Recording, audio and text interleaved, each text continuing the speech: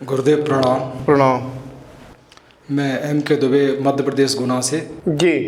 कई बार जो चित्र हम देखते हैं इमेजिनेशन ध्यान करने के लिए, तो कभी कोई चित्र अच्छा लगता है, कभी कुछ दूसरी मुद्रा लगती है। तो हमने सोचा कि इस बार गुरुदेव से पूछ लें कि किस मुद्रा कौन सी श्रेष्ठ है। जैसे शंकर जी का हम ध्यान करते हैं तो उनमें कई अलग अलग मुद्राओं के हमें चित्र मिलते हैं, तो उसमें थोड़ा सा डाउट रहता है। मुद्रा किसकी मुद्रा? शिव जी की। शिव जी की। जो चित्र आपको अच्छा लगे जी, या किसी भी अभ्यासी को जो चित्र जिस रूप में वो अच्छे दिखे वैसे ही आप उनको ध्येय यानी याद करिए। ये हमारे बताने का विषय नहीं है।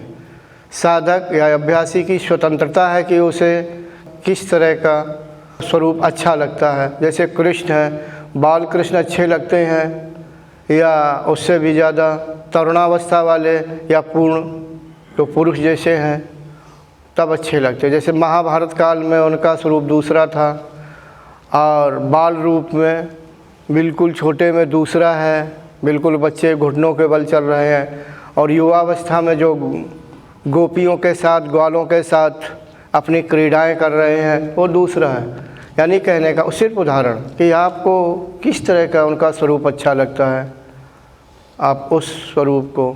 तो जो स्वरूप का हमने ध्यान शुरू किया, क्या वही स्वरूप लास्ट में जब सगुण के दर्शन होते हैं कभी भविष्य में आपकी कृपा रही तो क्या वही होता है कि कुछ अलग होते हैं? बहुत ऊंची बात कर रहे हैं, मोक्ष की बात कर रहे हैं, सगुण ब्रह्म की। सगुण ब्रह्म जानते कहाँ है? सगुण ब्रह्म किसे कहते हैं? तो परा प्रकृति। हाँ, जो परा प्रकृति की बात, कितनी ऊंची बात मार दी। मैंने अभी कहा कि अभ्यास की बात करें तो ठीक है, मैं बता दूं, चलो प्रश्न कर दिया, उत्तर दिए देता हूं, लेकिन इस तरह की भाई अन्य साधक इस तरह की बात ना करें, पुस्तकों वाली, शास्त्रों वाली।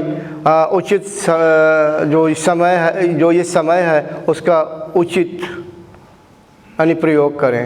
यानी आप जो अभ्यास कर रहे हैं उसके विषय में करें, अगर नहीं प्रश्न है तो ना करें। समय मतलब थोड़ा जो कीमती है उसको बर्बाद ना करें। चलो कोई बात नहीं, क्षमा की नहीं।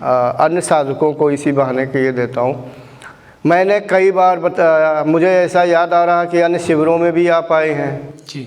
इस शिविर में तो मैं बोला ही नहीं, अभी बोलने का मौका ही नहीं मिला और मेरी कोई खास इच्छा भी नहीं। एक तो मैं थोड़ा अस्वस्थ हूँ और मैं जब बताता हूँ यानी जब बोलता हूँ तो ब्रह्म का ज़रूर वर्णन किया होगा, सगुण ब्रह्म का ज़्यादातर शिविरों में। तो आप थे, आपको याद होना चाहिए कि किस रूप में भजते हैं, किस रूप में दिखते हैं। चलो उत्तर आपका दिए देते हैं। सगुण ब्रह्म परम शिव, अब उसका अपना विशेष रूप है जो यहाँ शंकर जी का स्वरूप है, उसके जैसे ही है, क्योंकि उसी से ये शंकर जी उत्पन्न हुए हैं और 11 रुद्र हैं, बिल्कुल एक ही जैसे स्वरूप के होते हैं। लेकिन और बारीकी में मैं इसलिए नहीं जाना चाहता कि वो उचित भी नहीं है, फिर उस पर तर्क वितर्क उठेंगे कि ऐसे योगी ने क्यों कहा। दूसरा, वही सगुण ब्रह्म नारायण के रूप में दिखता है। दोनों अलग नहीं है, एक ही है। ये साधक की श्रद्धा के ऊपर है कि सगुण ब्रह्म को किस रूप में देखना चाहता है वो। अगर भक्त है तो वो पसंद करेगा नारायण को, तो नारायण दिखाई देंगे कि जैसे वो क्षीर सागर में शेष नाग पे लेटे हुए एक तरफ करवट बदले हुए, इस रूप में दिखते हैं। सगुण और जो परम शिव है तो वो भी शंकर जी की तरह दिखते हैं, लेकिन थोड़ी भिन्नता होती है, उनके गले में नाग नहीं है। नाग का, गले में नाग का भी अर्थ है। हाँ, ऐसे ही। और उन्हें ये है यानी अंत में जो होता है उसकी अवस्था। और तत्वज्ञानी को एक बार, दूसरे शब्दों में जीव को एक बार अपने जीवन चक्र में सगुण ब्रह्म के दर्शन होते हैं, इसके बाद वो संसार में नहीं आता है। तो वहाँ कृष्ण का नहीं दिखेगा, नारायण का दिखेगा। प्रणाम। प्रणाम।